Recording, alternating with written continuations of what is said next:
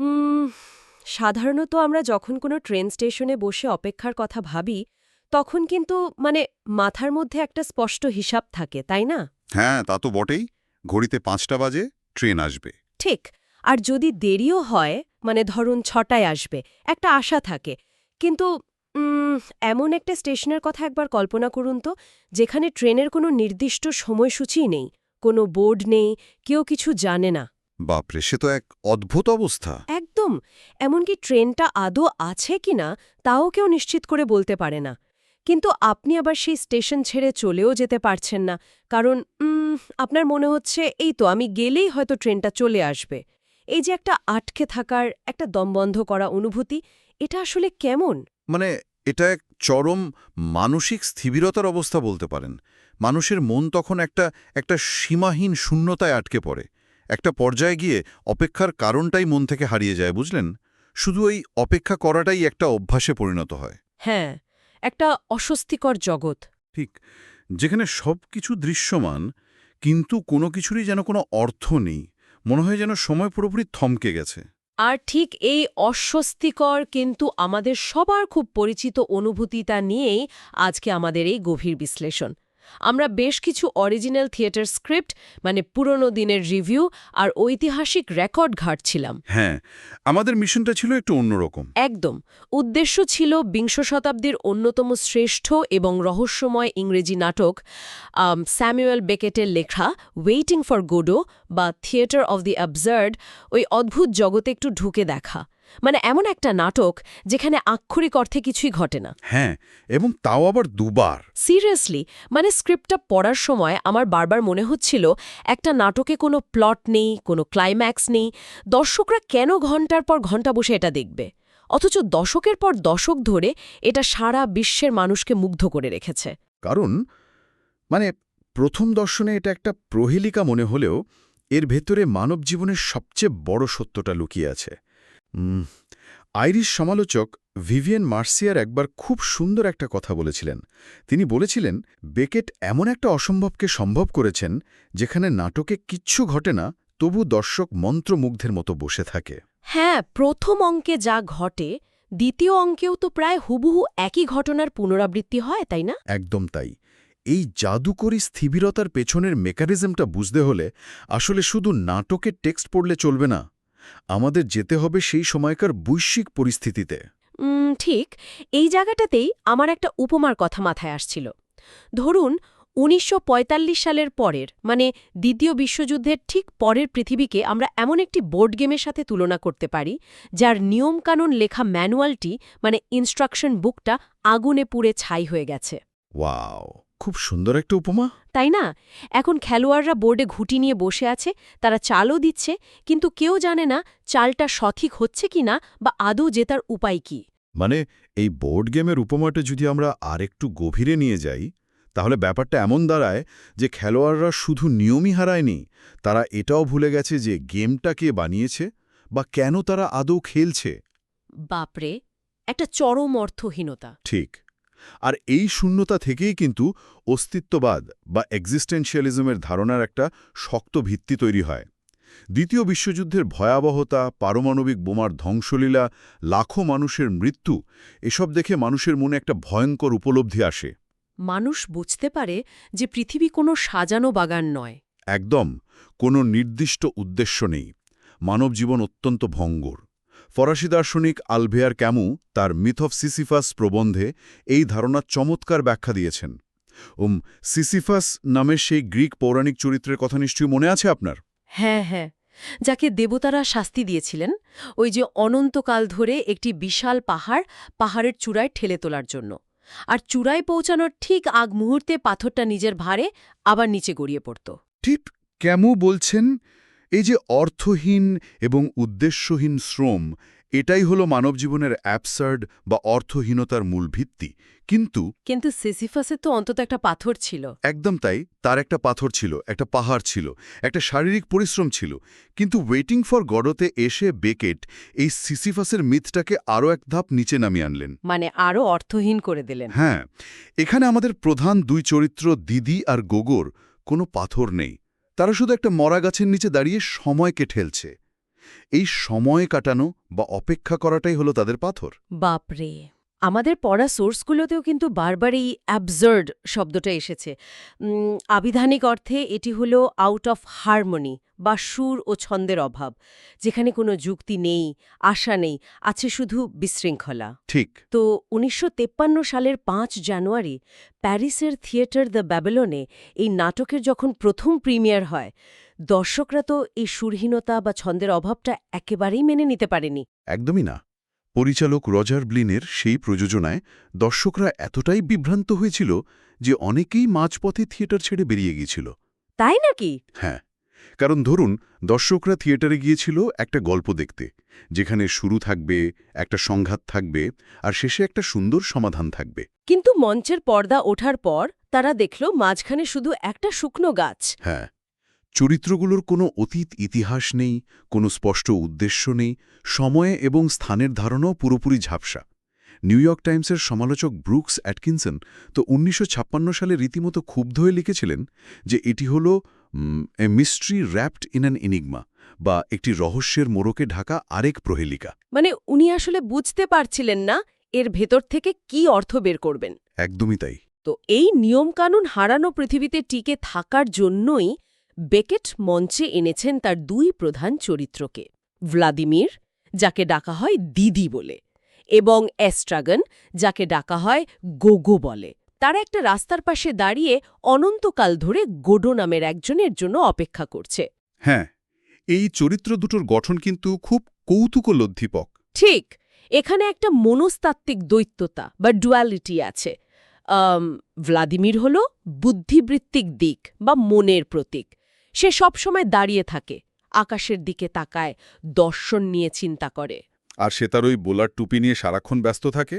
হ্যাঁ, টুপি খোলে, ভেতরে উঁকি দেয়, ঝাড়ে, আবার মাথায় পড়ে। টুপিটা যেন তার চিন্তাশক্তির আধার। অন্যদিকে এস্ট্রাগান বা গোগো হল সম্পূর্ণ শারীরিক বা শরীরের প্রতীক। একদম। গোগোর মনোযোগ পুরোপুরি তার শরীরের যন্ত্রণার দিকে। সে সারাক্ষণ তার টাইট জুতো নিয়ে ভোগে, মঞ্চে বসে বারবার গোঁয়াতে গোঁয়াতে জুতো খোলার চেষ্টা করে। সে ভুলে যায়, ঘুমাতে চায়, আর তার চিন্তা সবসময় খাবার নিয়ে। মানে স্ক্রিপ্টের একটা জায়গায় যখন ভ্লাদিমির তাকে একটা মূলা দেয়, সে সেটা বাতিল করে দেয়, তার গাজর চাই। হ্যাঁ, গাজর ছাড়া হবে না। এই যে মন এবং শরীরের বিভাজন, এটা কিন্তু শুধুমাত্র রূপক নয়, এটা মানুষের ভেতরের দুটো চিরন্তন সত্তার দ্বন্দ্ব। ভ্লাদিমির সবসময় অতীতকে মনে রাখে, আর গগোকে বারবার মনে করিয়ে দেয় যে তারা কেন এখানে আছে। যখনই গগো বলে চলো চলে যাই, দিদি সাথে সাথে উত্তর দেয়, আমরা যেতে পারবো না, আমরা গডরের জন্য অপেক্ষা করছি। ঠিক তাই। ব্রডওয়ের একটি রিভিউর কথা আমাদের সোর্সে উল্লেখ ছিল, যেখানে বিখ্যাত অভিনেতা আয়ান ম্যাকেলেন এবং প্যাট্রিক স্টুয়ার্ট অভিনয় করেছিলেন। সেখানেই নাটকটিকে একটা ডার্ক কমেডি হিসেবে দেখানো হয়েছে। হ্যাঁ, লরেল এবং হার্ডির মতো ফিজিক্যাল কমেডি বা শারীরিক কৌতুকের দারুণ ব্যবহার আছে এখানে। একদম, তাদের ওই টুপি অদলবদল করার দৃশ্য বা বারবার জুতো খোলার কসরত, এসবই সেই বিখ্যাত কমেডি জুটির কথা মনে করিয়ে দেয়। কিন্তু আমার মাথায় একটা অন্য চিন্তা আসছিল। কিরকম? তাদের এই সম্পর্কটা কি শুধুই মন আর শরীরের প্রতীক, নাকি এটা একটা দীর্ঘস্থায়ী সম্পর্কের, মানে ধরুন অনেক পুরনো বিবাহিত দম্পতির নিখুঁত প্রতিচ্ছবি, যেখানে একজন অতীত মনে রাখে আর অন্যজন শুধু বর্তমানের কষ্টগুলো অনুভব করে, কিন্তু কেউই একে অপরকে ছাড়া বাঁচতে পারে না। বিবাহিত দম্পতির উপমাটা শুনতে বেশ কাব্যিক লাগে ঠিকই, কিন্তু থিয়েটার অব দি অ্যাবসার্ডের প্রেক্ষাপটে বাস্তবতাটা অতটা রোম্যান্টিক নয় আসলে। তাই কি?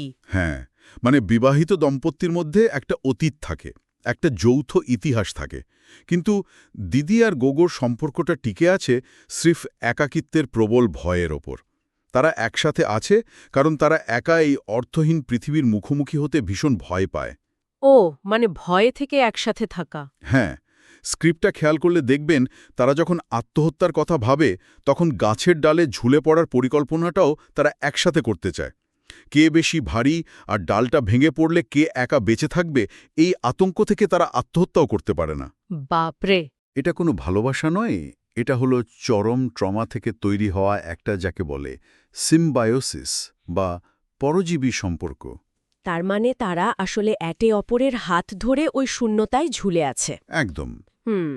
তো দিদি এবং গোগো যখন এই অন্তহীন লুপের মধ্যে আটকে আছে, তখন তাদের এই একঘেয়েমি ভাঙতে মঞ্চে প্রবেশ করে আরও দুজন অদ্ভুত চরিত্র, পোজো এবং লাকি। হ্যাঁ, পোজো আর লাকি। দিদি আর গগো যেখানে স্থির, এই দুজন মানুষ সেখানে গতিশীল। পোজো হল একজন প্রভু, যে তার ক্ষমতা, তার ঘড়ি এবং সময়ের ওপর পুরোপুরি নির্ভরশীল। সে লাকিকে একটা লম্বা দড়ি দিয়ে গলায় বেঁধে পশুর মতো টেনে নিয়ে বেড়ায়। লাকি হলো দাস। হ্যাঁ, সে পোজোর ভারী ব্যাগ, ফোল্ডিং টুল, পিকনিক বাস্কেট এবং ওভারকোট বয়ে বেড়ায়। মানে পোজো আর লাকির এই এন্ট্রিটা নাটকের সবচেয়ে অস্বস্তিকর দৃশ্যগুলোর একটা।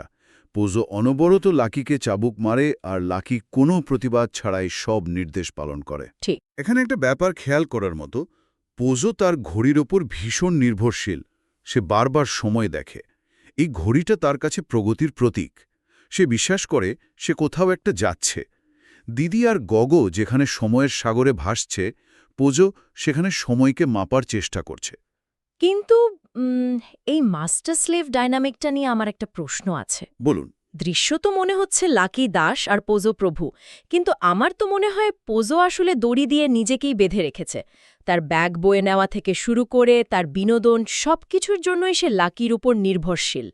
পোজো কি তাহলে তার নিজের ক্ষমতা, সময়ে, ঘড়ি এবং অহংকারের কাছেই বন্দী, সবচেয়ে বড় দাস নয়?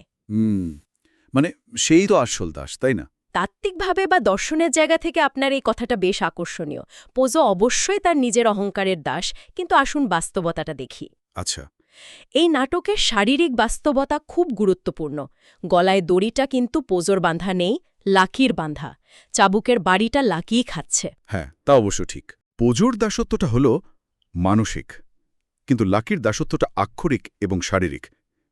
থিয়েটার অব দি অ্যাবসার্ডে এই ক্ষমতার অপব্যবহারটাকে রোম্যান্টিসাইজ করার কোনো সুযোগ নেই। লাকি সত্যি শোষিত।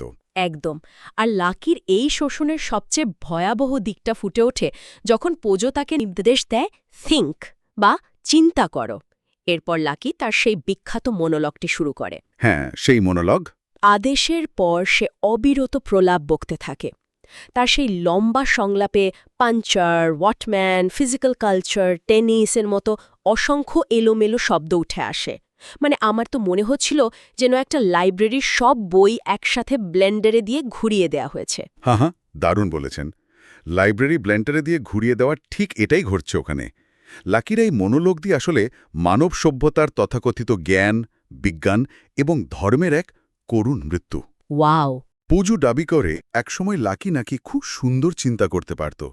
সে পোজোকে অনেক কিছু শিখিয়েছে, কিন্তু এখন তার চিন্তাগুলো একটি ভাঙা রেকর্ডের মতো। এটা দেখাচ্ছে যে যখন পৃথিবী তার অর্থ হারিয়ে ফেলে, তখন মানুষের বড় বড় ফিলসফি বা দর্শন কিভাবে স্রেফ কিছু অর্থহীন শব্দের জঞ্জালে পরিণত হয়। এরপর তো নাটকের দ্বিতীয় অংশে আমরা এক অদ্ভুত এবং মর্মান্তিক পরিবর্তন দেখতে পাই। মানে একদিন পার হয়ে গেছে আর পোজো হঠাৎ করে অন্ধ হয়ে গেছে, লাকি বোবা হয়ে গেছে। হ্যাঁ, আর তাদের গলার দড়িটা আরও ছোট হয়ে এসেছে। ঠিক। অন্ধ পোজো এখন লাকির উপর পুরোপুরি নির্ভরশীল, যে তাকে পথ দেখে নিয়ে যাচ্ছে। পোজো এর অন্ধ হয়ে যাওয়াটা নাটকের একটা বড় টার্নিং পয়েন্ট। কেন সে অন্ধ হল? কারণ যে মানুষটা সময়ের উপর এত নির্ভরশীল ছিল, দৃষ্টিশক্তি হারানোর সাথে সাথে তার সময়ের ধারণাও পুরোপুরি বিলুপ্ত হয়ে যায়। সে আর ঘড়ি দেখতে পারে না। একদম। দিন হচ্ছে না, রাত হচ্ছে, সে আর বুঝতে পারে না। তার সেই ঘড়িটাও আর নেই। প্রথম অঙ্কে সে দম্ভ করে বলতো সে কোথায় যাচ্ছে। দ্বিতীয় অঙ্কে সে কেবল আর্তনাদ করে বলে তারা একদিন জন্মায় আর একদিন মারা যায়। এটাই কি যথেষ্ট নয়? বাপরে! পোজোরের এই পতন আসলে সেই সব মানুষের পতন যারা মনে করে তারা নিজেদের জীবনের এবং সময়ের পুরো নিয়ন্ত্রণে আছে। তো এই যে এতক্ষণ ধরে আমরা এত ভারী ভারী দর্শন, মনস্তত্ত্ব আর রূপক নিয়ে কথা বললাম, নিউ ইয়র্ক বা প্যারিসের সমালোচকরাও কিন্তু ঠিক এই কাজটাই করেছিলেন। তারা এটাকে একটা বুদ্ধিবৃত্তিক পাজল হিসেবে সমাধান করতে চেয়েছিলেন। হ্যাঁ, লজিক দিয়ে বুঝতে চেয়েছিলেন। কিন্তু ইতিহাসের সবচেয়ে চমকপ্রদ ঘটনাটা ঘটল ১৯৫৭ সালের নভেম্বরে ক্যালিফোর্নিয়ার স্যান কুয়েন্টিন জেলখানায়। এই জেলখানায় প্রায় ১৪০০ কয়েদির সামনে নাটকটি মঞ্চস্থ হয়। থিয়েটারের ইতিহাসে এর চেয়ে রোমাঞ্চকর মঞ্চায়ন খুব কমই আছে মনে হয়। স্যান ফ্রান্সিসকোর একটি থিয়েটার ট্রুপ যখন এই জেলের ভেতর ঢোকে, অভিনেতারা তো রীতিমতো কাঁপছিলেন। ভয় তো পাওয়ারই কথা। হ্যাঁ, যে নাটক দেখে প্যারিসের বুদ্ধিজীবীরা বিরক্ত হয়ে বেরিয়ে গেছেন, সেই নাটক এই দাগী আসামিরা, খুনিরা কিভাবে নেবে? পরিচালক ভয় পাচ্ছিলেন যে কয়েদিরা হয়তো বুঝতে না পেরে মাঝপথেই দাঙ্গা বাঁধিয়ে দেবে। কিন্তু ঘটল একটা ম্যাজিক। নাটক শুরু হওয়ার কয়েক মিনিটের মধ্যেই ওই ১৪০০ কয়েদি একেবারে পিনপতন নীরবতায় ডুবে গেল। অবিশ্বাস্য। হ্যাঁ, তারা দিদিয়ে আর গোগোর প্রত্যেকটা কথা, প্রত্যেকটা হতাশার সাথে নিজেদের মেলাতে পারছিল। প্যারিসের সমালোচকরা যা বুঝতে পারেনি, স্যান কোয়েন্টিনের কয়েদিরা তা মুহূর্তের মধ্যে বুঝে ফেলল। এর পেছনের কারণটা কি ছিল বলে আপনার মনে হয়? কারণটা খুব সহজ কিন্তু গভীরভাবে মর্মান্তিক। সমালোচকরা খুঁজছিলেন একটা লুকানো অর্থ, কিন্তু কয়েদিদের কাছে এটা কোনো রূপক ছিল না। এটা ছিল তাদের দৈনন্দিন জীবনের ডকুমেন্টারি। মানে তাদের নিজেদের জীবন? একদম। অপেক্ষা কি জিনিস আর অনিশ্চিত ভবিষ্যতের আশায় দিন গোনা কাকে বলে তা জেলের বন্দীদের চেয়ে ভালো আর কে বোঝে। জেলের ভেতর সময় কাটানোর জন্য বন্দীরাও তো দিদি আর গোগোর মতো অদ্ভুত সব কাজ করে, আজেবাজে কথা বলে, ঝগড়া করে, আবার পরক্ষণেই মিলে যায়। তাই তো।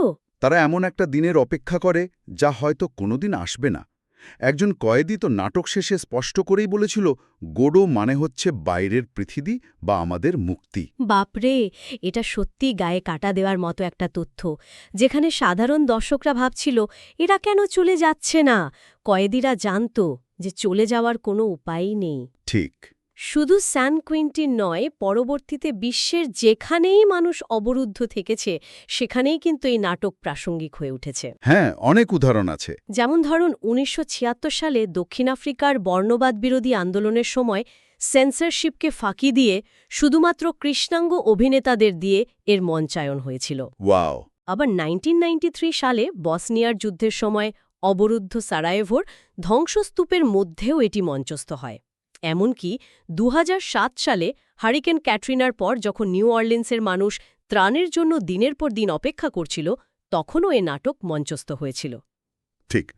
এর কারণ হল বেকেট সচেতনভাবে গডর কোনো পরিচয় দিয়ে যাননি। তিনি একবার বলেছিলেন, আমি যদি জানতাম গডো কে, তাহলে আমি নাটকে তা লিখে দিতাম। মানে তিনি ইচ্ছে করে জিনিসটা খোলা রেখেছিলেন। একদম। আর তার এই না বলাটাই নাটকটিকে সর্বজনীন করে তুলেছে। গডো হতে পারে ঈশ্বর, হতে পারে কোনো রাজনৈতিক মুক্তি, একটা ভিসা, কিংবা শুধুই একটা ভালো ভবিষ্যৎ। যে কেউ যে কোনো জায়গায় বসে তার নিজের মতো করে গডোকে কল্পনা করে নিতে পারে। এই সোর্সগুলো ঘাঁটতে ঘাঁটতে আমার মনে একটা প্রশ্ন জেগেছে। মানে ধরুন, আমরা যারা জেলে বন্দী নই বা কোনো যুদ্ধবিধ্বস্ত দেশে আটকেনি, আমাদের দৈনন্দিন জীবনে এই নাটকটার প্রভাব কি? আমরা কি সবাই আসলে কোনো না কোনো গডর জন্য অপেক্ষা করছি না? অবশ্যই করছি। একটা প্রমোশন, একটা পারফেক্ট রিলেশনশিপ, বা একটা এমন সময়ে যখন সব সমস্যা ম্যাজিকের মতো সমাধান হয়ে যাবে। আমরাও তো নিজেদের জীবনটাকে পজ করে রেখে সেই গডর জন্য অপেক্ষা করি। হ্যাঁ, এবং এই নাটক আমাদের একটা আয়না দেখায়। এটা দেখায় যে যখন জীবনে কোনো নির্দিষ্ট প্লট থাকে না, যখন মনে হয় কিছুই এগোচ্ছে না, তখনও কিভাবে আমরা একে অপরের সাথে কথা বলে, ছোটখাটো জোকস শেয়ার করে, একে অপরকে সঙ্গ দিয়ে জীবনের এই বিশাল শূন্যতাটা পার করি। হ্যাঁ, দিদি আর গগর মতো। ঠিক। ভ্লাদিমির এবং অ্যাস্ট্রাগন বারবার হাল ছেড়ে দিতে চায়। তারা বলে তারা আর কাল আসবে না, কিন্তু পরের দিন তারা ঠিকই আবার সেই গাছের নিচে এসে দাঁড়ায়। এই যে মানুষের হাল না ছাড়ার প্রবৃত্তি, এটা একই সাথে ট্র্যাজিক এবং ভীষণ সুন্দর। আমরা আমাদের এই আলোচনার একেবারে শেষ পর্যায়ে চলে এসেছি, কিন্তু শেষ করার আগে নাটকের এমন একটা দিক নিয়ে কথা বলতে চাই যা এই অপেক্ষার পুরো দর্শনটাকে একটা ধাক্কা দেয়। মেসেঞ্জার ছেলেটির কথা বলছেন তো? হ্যাঁ, নাটকের ২ অঙ্কের শেষেই একজন ছোট ছেলে মঞ্চে আসে। সে হল গডোর মেসেঞ্জার বা বার্তাবাহক। এই ছেলেটির চরিত্রটা নাটকের সবচেয়ে রহস্যময় এবং একই সাথে সবচেয়ে নিষ্ঠুর একটা দিক বলতে পারেন। তাই কিভাবে? প্রথম অঙ্কে ছেলেটি ভ্লাদিমিরকে জানায় যে গোডো তাকে ছাগল চড়ানোর কাজ দিয়েছে এবং গোডো তার সাথে বেশ ভালো ব্যবহার করে। কিন্তু সে এও জানায় যে তার একটি ভাই আছে যে ভেড়া চড়ায় আর গোডো তাকে নিয়মিত মারধর করে। আচ্ছা। ভ্লাদিমির যখন অবাক হয়ে জিজ্ঞেস করে, কেন মারে? ছেলেটি উত্তর দেয়, আমি জানি না স্যার। মানে কোনো কারণ ছাড়াই সে ভালো কাজ করছে না বা গডর কথা শুনছে না, এমন কোনো ব্যাপার নেই? না, কোনো কারণ ছাড়াই। এই অকারণ নিষ্ঠুরতাটা প্রথম অঙ্কে ভ্লাদিমিরের বলা বাইবেলের 2 চোরের গল্পের একটা প্রতিধ্বনি। উম, যিশুর সাথে ক্রুশবিদ্ধ হওয়া 2 চোরের একজনকে কোনো কারণ ছাড়াই বাঁচানো হয়েছিল, আর অন্যজনকে নরকে পাঠানো হয়েছিল। এটা আমাদেরকে এক ভয়ঙ্কর সত্যের মুখোমুখি দাঁড় করায়। সত্যটা কি? সত্যটা হলো দিদি আর গোগো যে গোড়োর জন্য নিজেদের জীবন থামিয়ে অনন্তকাল ধরে ওই গাছের নিচে অপেক্ষা করছে, সেই গোড়ো যদি কোনোদিন চলেও আসে, তাতে কি সত্যি তাদের মুক্তি মিলবে? হুম। গডো তো নিজেই চরম খামখেয়ালি।